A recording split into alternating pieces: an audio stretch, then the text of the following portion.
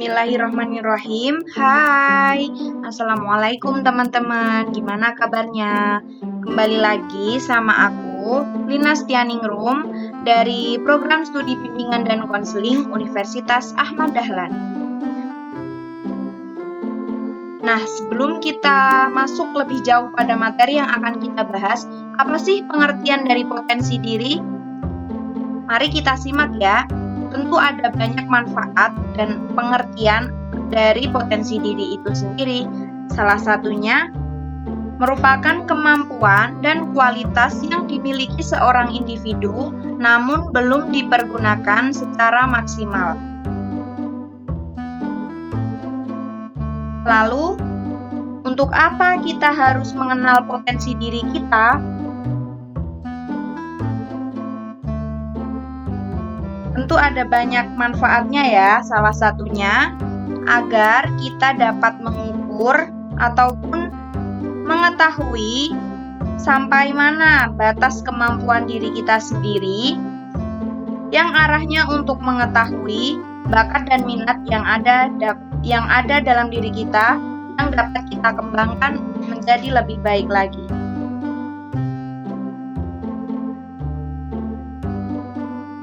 Lalu ada berapa macam potensi dalam diri individu?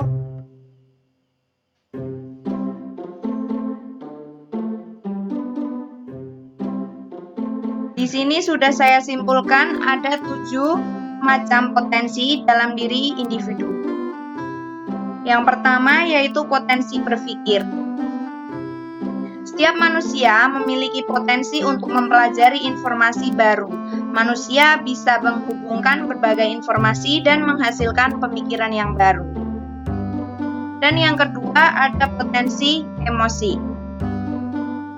Setiap manusia memiliki potensi cita rasa sehingga dapat memahami orang lain, dapat memahami suara alam, ingin mencintai dan dicintai, cenderung pada keindahan manusia, juga ingin diperhatikan dan dapat memperhatikan.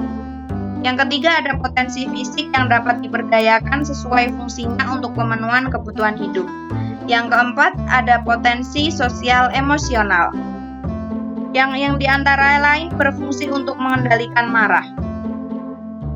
Dan yang kelima ada potensi mental intelektual yang merupakan kecerdasan untuk merencanakan sesuatu, menghitung, ataupun menganalisis.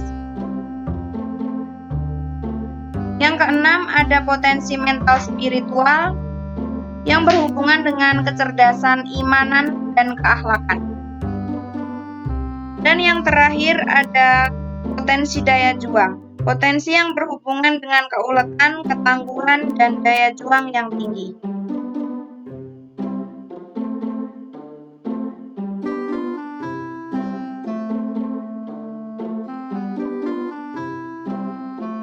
Tentu potensi diri sangat berperan penting dalam menentukan kesuksesan hidup. Potensi dapat berperan penting jika kita dapat mengembangkannya untuk menjadi lebih baik lagi.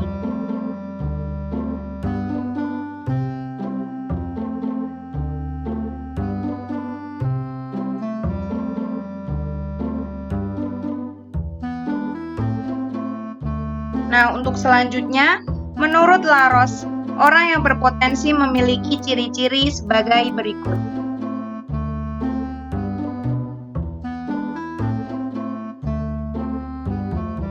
Sudah saya simpulkan, ada 8 ciri-ciri manusia yang memiliki potensi yang baik.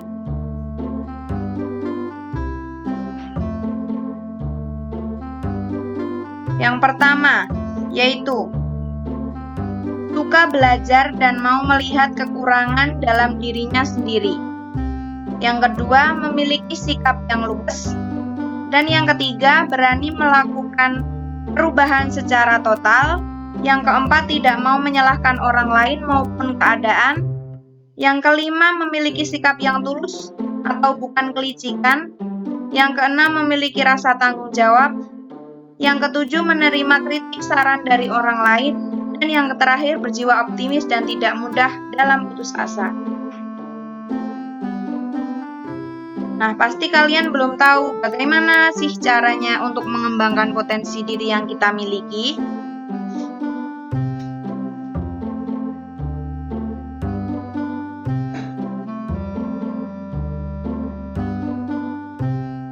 Tentu ada banyak cara dan hal yang dapat kita lakukan guna memiliki ataupun mengembangkan potensi yang ada dalam diri kita. Yang pertama, seperti keluar dari zona nyaman.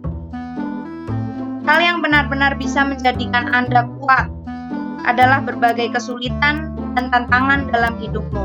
Kemudahan dan kenyamanan secara kontinu justru hanya akan melemahkan Anda sehingga Anda tidak mampu mengeksplorasi potensi diri Anda.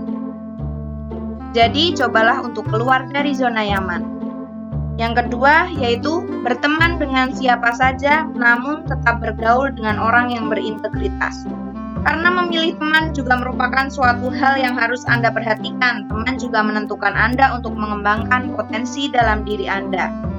Karena itu, jangan salah dalam memilih pergaulan. Ketika Anda berada di lingkungan pertemanan yang baik, maka akan sangat mendukung proses pengembangan potensi yang Anda miliki guna menjadi lebih baik. Yang ketiga, selalu mengasah potensi diri.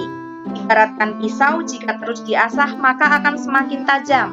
Sama halnya dengan potensi diri kita. Jadi, jika Anda sudah mengenali potensi diri, selanjutnya silahkan Anda asah dan permantap potensi diri Anda sehingga bisa semaksimal mungkin. Dan yang keempat yaitu senantiasa optimis. Setiap yang Anda lakukan tentu tidak akan selalu berjalan dengan baik atau tidak sesuai dengan apa yang Anda inginkan. Akan ada saja hambatan yang didapatkan selama kita berproses. Sangat sulit rasanya untuk mendapatkan jalan yang selalu lurus dalam hidup. Sebab itu rasa optimis harus ada, tanamkan meski hambatan terasa sangat berat. Dan yang kelima yaitu menerima kritikan. Anda harus menerima kritikan dengan rendah hati tanpa merasa Andalah yang paling benar atau merasa bersalah. Jangan hanya karena kritikan Anda langsung down dan tidak percaya diri lagi. Ambil sisi positif, semakin sering Anda mendapatkan kritikan, maka semakin sering untuk berbenah hingga mencapai kesuksesan.